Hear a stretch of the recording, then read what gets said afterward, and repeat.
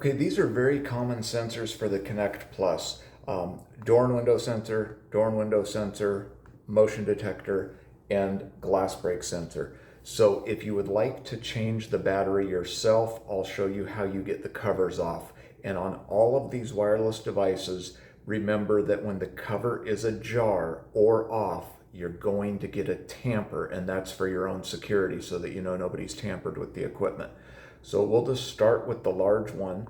You have, very important to remember, a small line, which I don't know if it's going to show or not, but there's a little line here and a little line on the magnet. But now to remove the cover, there may or may not be a screw. Typically there's not a screw there, but there's just a small tooth.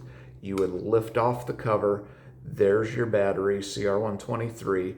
Go ahead and put in the new one, and then carefully make sure the spring is there, and then back first, and then front down, and that guy's done. Next, this one's a little less noticeable, but this is the most common door window sensor because it's very kind of low profile and nice looking.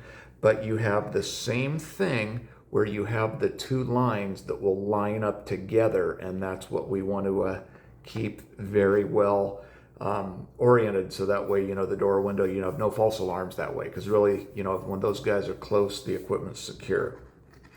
And then the bottom would be attached to the door or the window, and you can see there's a gap here. So if it were attached, we're simply going to lift the cover up, and then we're going to lift the cover off, and then there's our CR2032, and you can see the notches where everything goes back in. And remember that orientation, just remember that line's going to aim at the magnet. And so then we put that back on, and then we would click him down.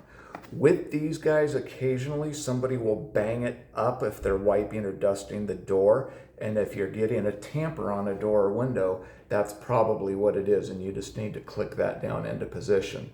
Next is the motion detector. The motion would be like this in a corner, or it would be mounted on a wall flush, but you have a little release button on the top, and you remove the cover from the top. So you would press down, rock that out.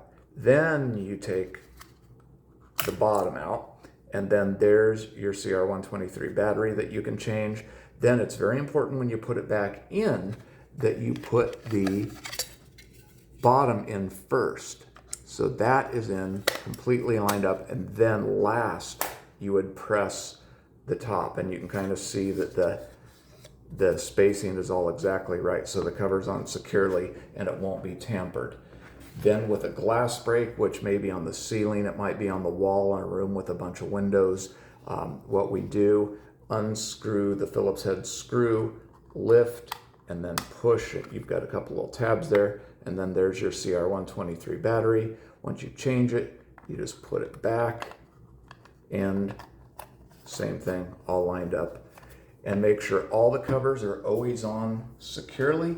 Really, if you pay attention when you take them off, how they're oriented, and you just notice those little lines and notches. With the motion detector, make sure you remember the button is on top for the release.